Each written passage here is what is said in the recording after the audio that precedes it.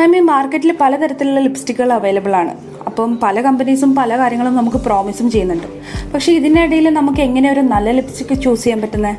Lipsticks choose ചെയ്യുമ്പോൾ നമ്മൾ ആദ്യം ശ്രദ്ധിക്കേണ്ടത് എന്ത് type of lipstick ആണെന്നുള്ളതാണ്.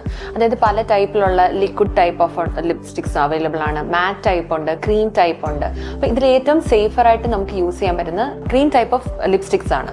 Cream type of lipsticks എന്ന് പറയുമ്പോഴത്തേക്കും നമ്മൾ അപ്ലൈ ചെയ്ത് കഴിഞ്ഞാൽ അത് റിമൂവ് ചെയ്യാനും കുറച്ചും കൂടി ഈസിയർ ആയിരിക്കും. അതേസമയം മാറ്റ് ടൈപ്പ് അല്ലെങ്കിൽ മാറ്റ് liquid type of lipsticks use ചെയ്ത് കഴിഞ്ഞാൽ പെട്ടെന്ന് നമ്മുടെ ചുണ്ടുകൾ വരണ്ടു പോകാനും അതുപോലെ തന്നെ പിഗ്മെന്റേഷൻ ഇഷ്യൂസും കാണാൻ സാധിക്കും.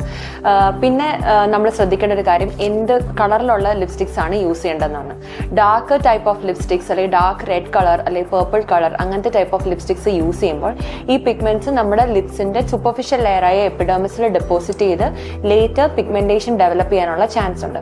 എപ്പോഴും ഒരു new type of lipsticks prefer ചെയ്യുന്നതായിരിക്കും ഏറ്റവും സേഫർ ആയിട്ട് നമ്മൾ യൂസ് ചെയ്യാൻ പറ്റുന്ന ടൈപ്പ്. പിന്നെ നമ്മൾ ശ്രദ്ധിക്കേണ്ടത് ലിപ് ബാംസ് എന്തെങ്കിലും യൂസ് ചെയ്തതിന് ശേഷം നമ്മൾ ലിപ്സ്റ്റിക്സ് അപ്ലൈ ചെയ്യണമെങ്കിൽ ഡയറക്ട്ലി നമ്മുടെ ലിപ്സിലെ സ്കിന്നുമായിട്ട് കോണ്ടാക്ട് വരുന്നില്ല.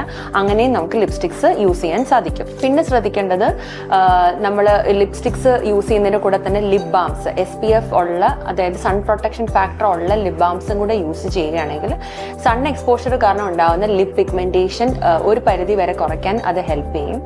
പിന്നെ മോസ്റ്റ് ഇമ്പോർട്ടൻറ്റ് തിങ് ഇസ് നമ്മൾ ലിപ്സ്റ്റിക്സ് അപ്ലൈ ചെയ്ത് കഴിഞ്ഞാലും നൈറ്റ് ടൈമിൽ ബിഫോർ ബെഡ് ടൈമിന് മുമ്പായിട്ട് നമ്മൾ കംപ്ലീറ്റ് ആയിട്ട് നമ്മുടെ ലിപ്സ്റ്റിക്സ് റിമൂവ് ചെയ്യേണ്ടത് വളരെ ഇമ്പോർട്ടൻ്റ് ആണ്.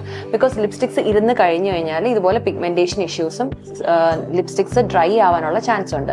ഇത് റിമൂവ് ചെയ്യേണ്ടത് ഏതർ മേക്കപ്പ് റിമൂവർ വെച്ചിട്ട് നമുക്ക് ചെയ്യാം, മിസലർ വാട്ടർ യൂസ് ചെയ്യാം, അതുപോലെ തന്നെ ക്ലെൻസിങ് ബാം അങ്ങനത്തെ എന്തെങ്കിലും പ്രോഡക്ട്സ് യൂസ് ചെയ്തിട്ട് വേണം നമ്മൾ ലിപ്സ്റ്റിക്സ് റിമൂവ് ചെയ്യാനായിട്ട്.